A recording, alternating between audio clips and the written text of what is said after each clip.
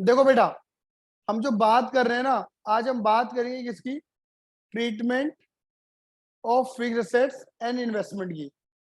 ठीक है, जैसे अभी लास्ट क्लास के अंदर हमने किसकी बात करी थी? ट्रीटमेंट ऑफ टैक्स की बात करी थी। ठीक है ना? अब हम बात किसकी करने वाले हैं मेरे बेटा जी, बोलिए। अब हम बात करेंगे आपके ट्रीटमेंट ऑफ फिक्स्ड एसेट्स और ट्रीटमेंट ऑफ इन्वेस्टमेंट। कुल मिलाकर हम बात करने वाले फिक्स्ड एसेट मान के चलो आप। मतलब ये वाले जो आइटम होते हैं ना, ये आपको बैलेंस शीट के अंदर नॉन करंट एसेट के अंदर दिए जाते हैं। कहां पर? बैलेंस शीट के अंदर एक हेडिंग होती है एसेट सेगमेंट के अंदर, नॉन करंट एसेट के अंदर। क्लियर है? ही नहीं है? एक तो फिक्स एसेट्स के नाम से और एक मिलती है आपको नॉन करंट इन्वेस्टमेंट के नाम से। तो यहाँ पे इन्वेस्टमेंट का जो मतलब है ना बच्चों, यहाँ इन्वेस्टमेंट का मतलब है नॉन करंट इन्वेस्टमेंट। क्या मतलब है मेरे बेटे जी? Non current investment. क्लियर है? यहाँ पे इन्वेस्टमेंट का जो मतलब है वो किससे मतलब है? नॉन करंट इन्वेस्टमेंट से मतलब होता है बेटा हमारा। ठीक है ना? अब इतनी बात समझना, मैंने आपको एक बात समझाई थी जब मैंने आपको इन्वेस्टिंग एक्टिविटी के बारे में पढ़ाया था। तब मैंने बोला था कि कोई भी फिक्स एसेट्स मतलब इन्वेस्टमेंट को खरीदना, याद है ना? Investing activity, investment, fix asset या इन्वेस्टमेंट को खरीदना क्या है मेरे बेटे जी? इन्वेस्टिंग एक्टिविटी है। अगर खरीदना इन्वेस्टिंग एक्टिविटी है तो बेचना भी क्या होगा? इन्वेस्टिंग एक्टिविटी होगा। बात क्लियर हो गई नहीं हो गई? और अगर आप इन्वेस्टमेंट कर रहे हो तो हो सकता है आपको इन्वेस्टमेंट करने से रेंट मिले, कमीशन मिले, इंटरेस्ट मिले, डिविडेंड मिले। तो अगर आप इन्वेस्टमेंट नहीं करते तो आपको रेंट, इंटरेस्ट, ये डिविडेंड नहीं मिलता। बात क्लियर हो गई नहीं हो गई? तो बट ऑफ कोर्स इन्वेस्टमेंट करना इन्वेस्टिंग है, तो उसके ऊपर रेंट, इंटरेस्ट, कमीशन, डिविडेंड मिलना भी इन्वेस्टिंग है, तो वहां पर ऐड कर देंगे हम। क्लियर ही नहीं है? तो कुल मिलाकर हमने इन्वेस्टिंग एक्टिविटी के बारे में पढ़ लिया था। अब थोड़ा सा हम उसकी एप्लीकेबिलिटी लगा देते हैं इन्वेस्टिंग एक्टिविटी की। बात क्लियर हो गई नहीं हो गई? तो आप इतना देखो, आपको मैंने बताया था कि आपको एक बैलेंस शीट मिलेगी। बैलेंस शीट में नॉन करंट एसेट की हेडिंग के अंतर्गत, बैलेंस शीट के अंदर नॉन करंट, सॉरी मैंने गलत कर दिया।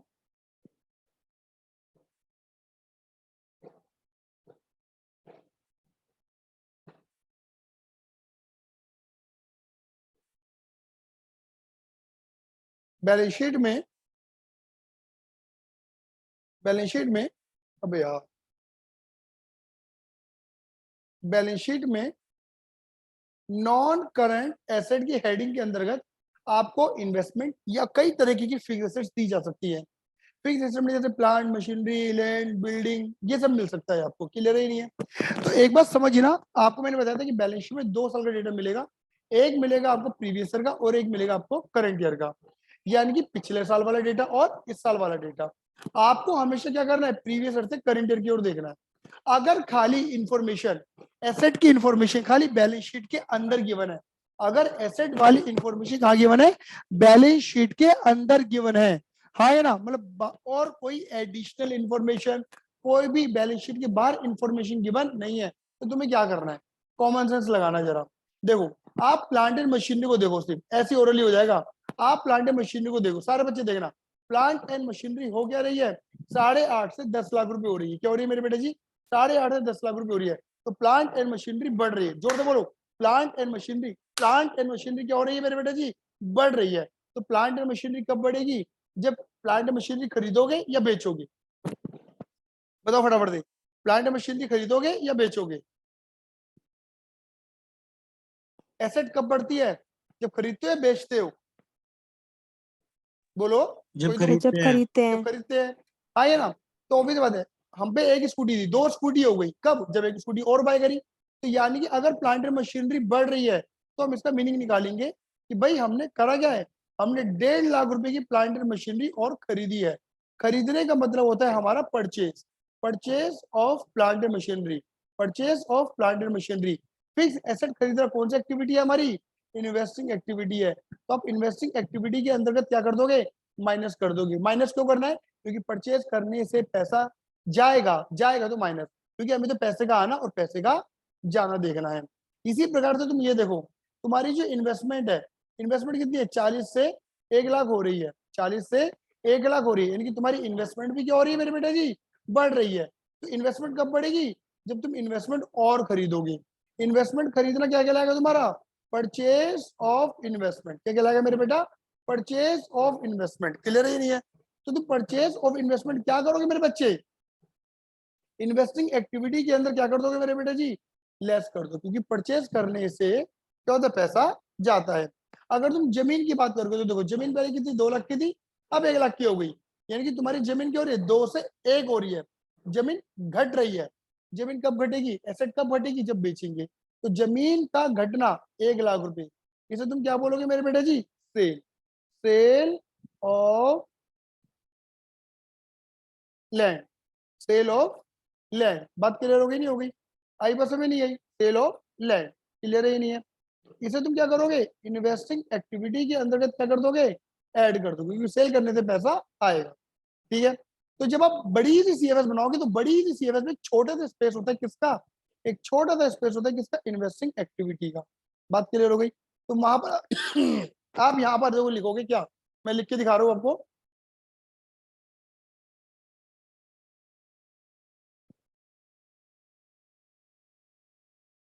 Purchase of plant and machinery,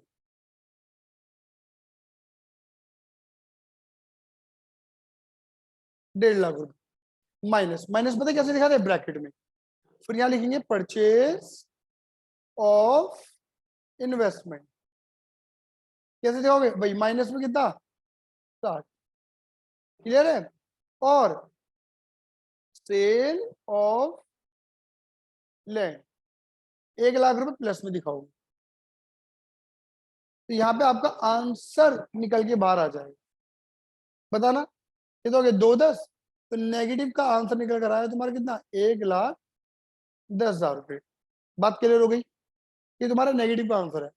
ये तो तब है जब खाली आपको डायरेक्टली एसेट को डील करना हो, अगर बाहर इंफॉर्मेशन गिवन नहीं है। फिर देखो मैंने अब इसमें दूसरा दूसरा एग्जांपल बना रखा है क्या, ये देखो पढ़ो जरा ध्यान से, क्या लिखा है मेरे बेटा जी, when additional information given regarding fix asset, अगर फिक्स एसेट्स के रिगार्डिंग आपको बाहर इंफॉर्मेशन मिलती है, आपको अगर फिक्स एसेट के रिगार्डिंग क्या मिलती है मेरे बेटा जी, बाहर इंफॉर्मेशन मिलती है, तो आपको कैसे काम करना है। बात करोगे, तो देखो इसका एक ही कथन है, इसका एक ही तरीका है, इसका एक ही तरीका है क्या, ओपन अकाउंट। आपको जिस भी एसेट के रिगार्डिंग, आपको जिस भी फिक्स एसेट्स के रिगार्डिंग बाहर इंफॉर्मेशन मिली हुई है ना, आप उसका अकाउंट ओपन कर देना। जैसे आपको बाहर इंफॉर्मेशन किसके रिगार्डिंग मिली हुई है, प्लांट एंड मशीनरी, तो हम इसका अकाउंट ओपन करेंगे। 2 इंफॉर्मेशन है, जमीन के बारे में इंफॉर्मेशन है, अकाउंट ओपन करेंगे। और इन्वेस्टमेंट के बारे में भी इंफॉर्मेशन है, लेकिन कुछ ऐसी इंफॉर्मेशन है जिसमें अकाउंट ओपन करने की जरूरत नहीं है, तो यहाँ पर हमें अकाउंट ओपन करने की जरूरत नहीं है। तो मोटा माटी यहाँ पे 2 अकाउंट ओपन होने वाले हैं, प्लांट एंड मशीनरी अकाउंट और लैंड अकाउंट। तो पहले फटाफट हम क्या करते हैं, plant and machinery account open कर लेते हैं। ठीक है, तो ये हमारी है पीडीएफ नंबर 4, और उसका हम करने वाले हैं मेरे बेटे जी क्या, केस बी। ठीक है, अब तुम यहाँ देखना पीडीएफ नंबर 4 केस बी में हम क्या करेंगे, सबसे पहले हम ओपन करने वाले कौन सा account, plant and machinery account. कौन सा account, plant and machinery account open करने वाले। ठीक है, ये हो गया हमारा डेबिट और ये हो गया हमारा क्रेडिट, डेबिट और क्रेडिट, क्लियर ही नहीं है, डेबिट और क्रेडिट। इधर देखते रहना, ये हमारा डेबिट है और ये हमारा क्रेडिट कॉलम है। अब इधर देखते रहना, डेबिट का मतलब क्या हुआ, देखो प्लांट एंड मशीनरी अकाउंट, पहले पूरा अकाउंट समझा रहा हूँ, फिर मैं आगे बात करूंगा आपसे, क्लियर है मेरे बच्चे। और याद है ना, मैं यहाँ पर कोई नई बात नहीं समझाने वाला, ये बात आपने ऑलरेडी 11th क्लास के अंदर डेप्रिसिएशन वाले चैप्टर के अंदर सारी बातें पढ़ रखी है, कोई नई बात नहीं होगी मेरे बच्चे, एक भी नई बात नहीं करने वाला मैं आपसे। देखो plant and machinery account, machine account क्या होता है बेटा, मेरी एसेट, एसेट क्या होती है मेरे बेटे, डेबिट, जिसका नेचर डेबिट का, उसका ओपनिंग बैलेंस भी डेबिट का, ये क्या हो गया ओपनिंग बैलेंस, यानी कि बीडी बैलेंस, क्लियर ही नहीं है। अगर ओपनिंग इधर है तो क्लोजिंग इधर आने वाला है, बाय बैलेंस सीडी, यानी कि क्लोजिंग बैलेंस, क्लोजिंग बैलेंस। बात क्लियर हो गई, हो गई, लीजिए क्लियर है, ओपनिंग एंड क्लोजिंग। ठीक है, अब इधर देखिएगा। ठीक है, अब इतना बताना मेरे बेटा जी, इधर देखिए, अगर एसेट के ऊपर डेप्रिसिएशन लगता है तो आप कैसे करते थे, डेप्रिसिएशन से एसेट की वैल्यू कम हो जाती है, एसेट होती है डेबिट, कम करने के लिए क्या कर देंगे क्रेडिट। ये डेप्रिसिएशन यहाँ पे आता था, बोलिए हाँ या ना। आपको पता है अगर आप कोई भी एसेट बेचोगे तो क्या होता था, क्रेडिट व्हाट गोज आउट। आप यहाँ क्या लिखते थे, कैश या बैंक, बोलो हाँ या ना।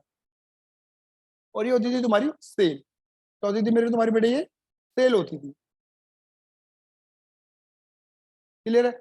आपको पता है सेल करने से क्या होता था, प्रॉफिट। अगर प्रॉफिट आता था तो तुम यहाँ लिखते थे टू प्रॉफिट ऑन सेल, जिसे तुम पीएनएल में लिखते थे डायरेक्टली, बट पीएनएल नहीं लिखेंगे, प्रॉफिट ऑन सेल लिखेंगे। और अगर लॉस आता था तो आप यहाँ लिखते थे लॉस ऑन सेल। होगा कोई सा एक, या तो प्रॉफिट होगा या लॉस होगा। ये बात क्लियर हो गई। दूसरी बात, अगर तुम ऐसे खरीदते हो, रोहन तेरा माइक, रोहन जी, हाँ जी, अगर तुम एसेट खरीदते हो, ठीक है, तो debit what comes in, asset आती थी, एंट्री बनती थी, plant and machine account debit to cash या बैंक अकाउंट। क्लियर ही नहीं है, उसे बोलते हैं परचेजेस। आपने 11th क्लास के अंदर पढ़ा होगा डेप्रिसिएशन। जब आप एसेट के ऊपर डेप्रिसिएशन लगाते हो तो एंट्री क्या बनती थी बताओ ना, डेप्रिसिएशन खर्चा है, खर्चा मान के तुम क्या करते थे, डेबिट है ना, डेप्रिसिएशन अकाउंट डेबिट। और डेप्रिसिएशन से एसेट की वैल्यू कम हो जाती थी, तो एसेट होती है डेबिट, कम करने के लिए तुम क्या करोगे, क्रेडिट। तो एंट्री बनती थी depreciation account debit to plant and machinery. तो प्लांट एंड मशीनरी क्या हो रहा है मेरे बच्चे, क्रेडिट हो रहा है ना, हाँ है ना। और नाम किसका लिखेंगे, डेप्रिसिएशन का। ये एसेट को हमने यूज करा, कंज्यूम करा, उसे हम डेप्रिसिएशन कहते हैं। ये पूरा अकाउंट है, बात क्लियर होगी नहीं होगी। ये एक सिंगल अकाउंट कब बनता था, जब हमारा जो अकाउंट था वो किसमें मेंटेन करता था, डब्ल्यूडीवी वैल्यू पे मेंटेन करता था। जब प्लांट मशीन किसमें मेंटेन है, डब्ल्यूडीवी वैल्यू। ये डब्ल्यूडीवी वैल्यू क्या होती है बताऊंगा, चिंता मत करो। अभी आप एक काम करो, बस रट लो, ये डब्ल्यूडीवी वैल्यू है। यहाँ पर जो अमाउंट लिखी जाएगी ना, यहाँ पर और यहाँ पर, ये डब्ल्यूडीवी वैल्यू होती है। डब्ल्यूडीवी वैल्यू का मतलब होता है, डब्ल्यूडीवी डब्ल्यूडीवी वैल्यू का मतलब होता है value after depreciation, depreciation less करने के बाद वाली वैल्यू। बात क्लियर हो गई। अब इतना समझना मेरे बच्चे, आपको ना इन्फॉर्मेशन क्या दे रही है, प्लांट एंड मशीनरी का देखो, ये दे रखा है तुम्हें ओपनिंग और ये दे रखा है तुम्हें क्लोजिंग। ओपनिंग कितना है मेरे बेटे जी, 8.5 लाख रुपए। तो 8.5 लाख रुपए को यहाँ पे प्लेस कर दो, ओपनिंग है 8.5 लाख रुपए, और क्लोजिंग आपको दे रखा है कितने रुपए, 10 लाख रुपए। क्लियर है, ये देखो ध्यान से देख लो, 8.5 लाख रुपए ओपनिंग, क्योंकि प्रीवियस ईयर का क्लोजिंग इस साल का ओपनिंग। तो प्रीवियस ईयर ये ओपनिंग डेट है और ये क्लोजिंग डेट है, बीडी और सीडी।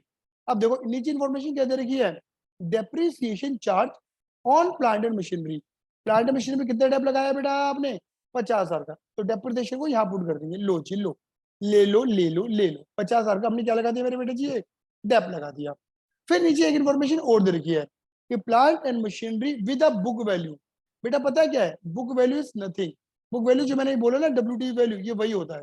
तो बुक वैल्यू बोलो, डब्ल्यू वैल्यू बोलो, क्या बुक वैल्यू बोलो या डब्ल्यू वैल्यू बोलो, बात तो मेरे बेटा सेम ही है, कुछ भी अलग नहीं है। तो कह रहे प्लांट एंड मशीनरी जिसकी बुक वैल्यू कितनी थी, 60, उसे आपने कितने में बेच दिया, 40। तो जो चीज 60 की थी उसे 40 का निकाल दिया आपने, 60 की चीज 40 में। क्लियर ही नहीं है। चलो एक काम करते हैं, मैं यहाँ पे थोड़ा और डिफाइन करता हूँ। इसको पता क्या करो, तोड़ दो। एक 8,50,000 तोड़ दो, एक हो गया तुम्हारा 60,000 और एक हो जाएगा तुम्हारा 7,90,000। कैसे भाई, 8,50,000 में से 60,000 एक एसेट हो गई और 790 की अदर हो गई। अब ये 60,000 वाली जो तुम्हारी एसेट है ना, इसे तुम बेच रहे हो। अगर एसेट बेचोगे तो एसेट तो जा ही रही है, उस एसेट को तुम खाते से भी, अपने खातों से भी बाहर करते हो, क्रेडिट वॉट गोज आउट। तो तुम पता क्या करोगे, credit what goes out, asset को बेच दोगे, मतलब उसकी एंट्री यहाँ ठोकोगी। तो ये 60 वाली चीज कितने में आज जा रही है, बोलो ना, 40 में जा रही है। ये 60 वाली चीज कितने में जा रही है, 40 में। तो क्या हो रहा है, तुम्हें प्रॉफिट हो रहा है, लॉस हो रहा है, अरे 60 की चीज 40 में जा रही है, तो 20,000 का क्या हुआ, लॉस। बोलो हाँ या ना। तो यानी कि प्रॉफिट तो होने से रहा, क्लियर ही नहीं है। ये तो प्रॉफिट हो गया, लॉस। अगर ज्यादा की जाती तो प्रॉफिट आता, तब मैं अमाउंट यहाँ लिख देता। क्लियर ही नहीं है। इसके पीछे लॉजिक पता है, सिर्फ सिंपल सा क्या है, इसके पीछे लॉजिक सिर्फ इतना सा है कि 60,000 की एसेट है, जो एसेट तुमने बेची दी, उस एसेट को पूरी तरीके से अपने खाते से क्या करना है, तुम्हें गायब करना है। क्लियर है, पूरी तरीके से खाते से गायब कर देना है उस एसेट को। तो 60 की एसेट है, 40,000 तो तुमने कवर कर लिए, 40 तो बाहर कर दिए कवर करके, बाकी 20 कैसे बाहर करोगे कि भैया इस अमाउंट को हम कवर नहीं कर पाए, हमारा लॉस हो गया, लॉस के नाम से बाहर कर दिया। यहाँ का क्रेडिट, लेकिन प्रॉफिट लॉस अकाउंट में क्या हो जाएगा, वो डेबिट लॉस के नाम से, क्योंकि प्रॉफिट लॉस के डेबिट में क्या जाता है, लॉसेस जाते हैं या एक्सपेंसेस जाते हैं। क्लियर है? अब ये देखो, तुम दोनों साइड को टोटल करना, मेरे पास कैलकुलेटर नहीं है, लेकिन तुम दोनों साइडों को बराबर बराबर करके देखो, टोटल करके देखो कितना बैठ रहा है तुम्हारा। ये बैठ रहा है तुम्हारा, एक तो आ गया 50, 40, 20 प्लस 10, ठीक है, माइनस, देखो ये कितना आ रहा है बेटा, इधर का आ रहा है 11,10,000 रुपए। क्या मेरी बात क्लियर हो गई? बोले आएंगे ना। और इधर का कितना आ रहा है मेरे बेटे टोटल, 850। जबकि दोनों साइडें क्या आनी चाहिए मेरे बेटे जी, बराबर आनी चाहिए। दोनों साइडें बराबर नहीं आ रही, तो दोनों अंतर कितना आ रहा है दोनों साइडों में, ये देखो 2,60,000 रुपए का। ये जो 2,60,000 है ना, ये तुम्हारी बैलेंसिंग फिगर है। क्या है मेरे बेटे जी? Balancing figure. ये वो इंफॉर्मेशन है जो तुम्हें क्वेश्चन में गिवन नहीं थी, तुमने फाइंड करी है बाय प्रिपेयरिंग अकाउंट। तो बेटा अकाउंट कब बनाना है एसेट का, जब बाहर इंफॉर्मेशन गिवन होगी अबाउट एसेट, तब अकाउंट बनाएंगे। और अकाउंट बनाने से हमें एक ना एक मिसिंग फिगर फाइंड होगी। तो वो यहाँ पर मिसिंग फिगर क्या थी तुम्हारी, क्या बेटा मेरी बात क्लियर हुई? यहां तक क्लियर है?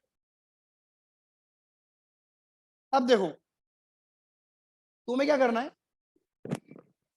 तुम्हें क्या करना है, इन्फॉर्मेशन को यहां से उठा के कहाँ डालना है, सीएफएस में डालना है। अब तुम इन्फॉर्मेशन कैसे डालोगे, याद रखना, बीडी और सीडी कहीं नहीं जाने वाला। बीडी और सीडी, देखो बीडी और सीडी ये कहीं नहीं जाने वाला। बीडी सीडी कहीं नहीं जाता, इसमें तेरा क्या घाटा। दोबारा बोलो, बीडी सीडी कहीं नहीं जाता, इसमें तेरा क्या घाटा। क्लियर है? अब देखो, मैंने क्या बताया था, अगर एसेट परचेस करना कौन सी एक्टिविटी है, इन्वेस्टिंग, तो क्या कर दोगे, इन्वेस्टिंग एक्टिविटी के अंतर्गत 2,60,000 रुपए माइनस कर दोगे। बात क्लियर हो गई? और अगर परचेज करना इन्वेस्टिंग है, तो सेल करना भी क्या हुआ, इन्वेस्टिंग। सेल करने से आएगा पैसा, तो क्या कर दोगे, ऐड। सेल करने से क्या होगा, ये तो प्रॉफिट होगा या लॉस। और मैंने बताया था, जब मैंने आपको पूरी ऑपरेटिंग एक्टिविटी बताया था, कि एसेट को बेचने से अगर प्रॉफिट हो रहा है या लॉस हो रहा है, दोनों नॉन कैश होते हैं, दोनों नॉन कैश है। लॉस कोई पैसा जाता नहीं, प्रॉफिट कोई पैसा आता नहीं, फिर भी तुम इनकम और एक्सपेंस मान के क्या करते हो, एड या लेस कर देते हो, तो ये नॉन कैश है, इसे हटाओ। और नॉन कैश का कहाँ ट्रीटमेंट होता है, ऑपरेटिंग के अंदर। तो लॉस को आपने खर्चा मान के माइनस कर रखा होगा, आप क्या कर देना, ऑपरेटिंग एक्टिविटी के अंतर्गत ऐड कर देना, किस नाम से, नॉन कैश खर्चा है भैया, ये नॉन कैश खर्चा। और प्रॉफिट को क्या करोगे मेरे बच्चे, प्रॉफिट इसका उल्टा, ऑपरेटिंग एक्टिविटी में क्या कर देना, माइनस, किस बात से, नॉन कैश इनकम है, नॉन कैश इनकम है ये आया। दूसरी बात क्या रहेगी, देखो ये इसके बारे में मैंने बता दिया, इसके बारे में मैंने बता दिया, इसके बारे में मैंने बता दिया, इसके बारे में मैंने बता दिया, क्या रह गया, डेप्रिसिएशन। और डेप्रिसिएशन भी बताया था मैंने। डेप्रिसिएशन भी क्या होता है मेरे बेटा, नॉन कैश होता है। तो ऑपरेटिंग एक्टिविटी में खर्चा मान के माइनस करा हुआ है, क्या कर देना, प्लस कर देना, क्योंकि ये क्या है, ये भी नॉन कैश खर्चा होता है। तो आप जब अकाउंट बनाओगे ना, तो अकाउंट बनाने से आपको पता लग जाएगा कि कितना आइटम सीएफएस में जाने वाला है। और ये बातें मैं आपको ऑलरेडी पहले से कंटेस्ट करवा चुका हूँ, बता चुका हूँ। बस एक ही बात समझ के चलना, जितने लेक्चर में देते चल रहा हूँ, 5-10 मिनट में आपकी रिकॉर्डिंग हो जाएगी बेटा, एक बार उनको रिकॉल जरूर करना, नहीं तो भूल जाओगे। बात क्लियर हो गई? ठीक है। अब इधर देखो, ऐसे यहाँ पर इंफॉर्मेशन किसकी तरह की, लैंड की, 1,00,000 2,00,000, तो क्या करो, जमीन क्या लैंड अकाउंट बना दो बेटा जी, लो जी।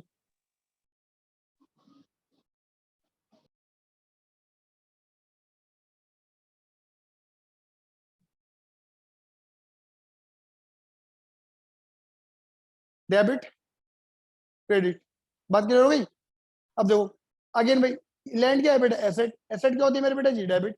जिसका नेचर डेबिट का, ओपनिंग बैलेंस भी डेबिट का। बीडी यहाँ और सीडी यहाँ, बाय बैलेंस सीडी।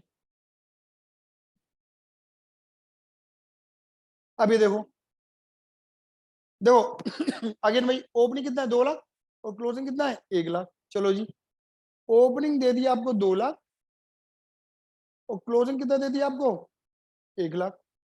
अगेन बस एक चीज याद रखना, कि जमीन के ऊपर डेप्रिसिएशन नॉर्मली नहीं लगता। क्वेश्चन दे दे वो बात अलग है, लेकिन लगता नहीं है। ठीक है। अब ये देखो, अगर एसेट बेचोगे, तो एंट्री क्या लगेगी, यहाँ टू कैश ऑब्लिक बैंक। अगर सेल की एंट्री है तो सेम ऊपर की तरह, सेल करने से क्या होगा, लॉस। अगर लॉस हुआ तो यहाँ लॉस ऑन सेल, और बेटा प्रॉफिट हुआ तो यहाँ प्रॉफिट ऑन सेल। होगा कोई सा एक। ये बात क्लियर होती है, बिल्कुल ऊपर वाला। बस मैंने डेप नहीं लगाया क्योंकि नॉर्मली जमीन के ऊपर डेप नहीं लगता। ठीक है। अच्छा, अगर ऐसे जमीन परचेज करोगे तो एंट्री लगेगी बाय कैश या बाय बैंक अकाउंट। ये कौन सी इन्फॉर्मेशन होगी तुम्हारी, परचेज वाली। जो भी इन्फॉर्मेशन गिवन होगी वो तुम पुट कर देना बस। अब यहाँ पे देखो क्या इन्फॉर्मेशन है जमीन के बारे में। जमीन बेची है 60,000 के प्रॉफिट पर। पता है तुम्हें जमीन का प्रॉफिट दे रखा है कि जमीन प्रॉफिट और बेची है, बट बेची कितने की है तुमको ये पता नहीं है। तो तुमको नहीं प्रॉफिट पता है। अगर प्रॉफिट है तो लॉस तो होने से रहा क्योंकि एक ही चीज होगी। हाँ या ना। ठीक है। अब तुम ये देखो यहाँ पे टोटल कितना आ रहा है, 2,60,000, जबकि यहाँ पे टोटल कितना आ रहा है, 1,00,000। तो डिफरेंस कहाँ बन रहा है, जहाँ कम होता है। और कम कहाँ पर है, यहाँ की तरफ। तो यहाँ पे आपकी इन्फॉर्मेशन फाइंड होगी विच इज कॉल्ड सेल, क्योंकि सेल ही मिसिंग थी। मतलब सर यहाँ पे परचेजेस के बारे में कुछ है, तो बेटा इन्फॉर्मेशन फाइंड ही नहीं हुई। यहाँ तो इन्फॉर्मेशन खाली इसी की फाइंड हुई थी क्योंकि यही मिसिंग थी।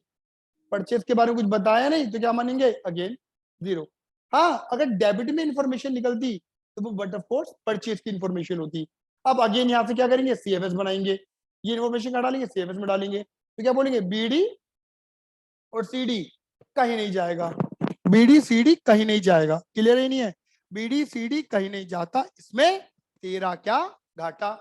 ठीक है। अगेन वही वाली बात जो ऊपर बोला।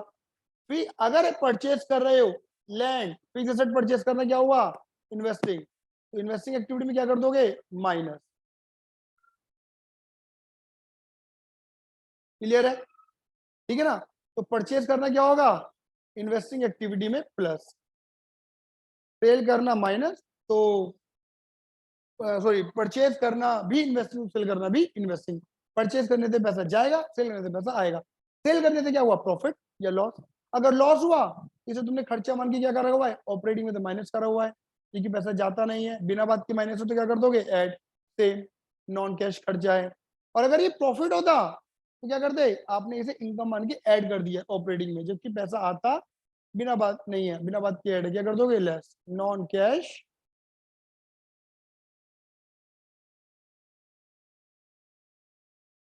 क्लियर है। तो मैंने ये भी बता दिया आपको, इसका भी बता दिया मैंने आपको, इसका भी बता दिया मैंने आपको, इसका भी बता दिया मैंने आपको। क्लियर है, ये नहीं है।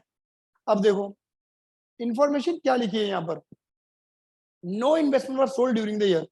कोई इन्वेस्टमेंट बेची नहीं है, इन्होंने ये लिखा है, कोई इन्वेस्टमेंट बेची नहीं है।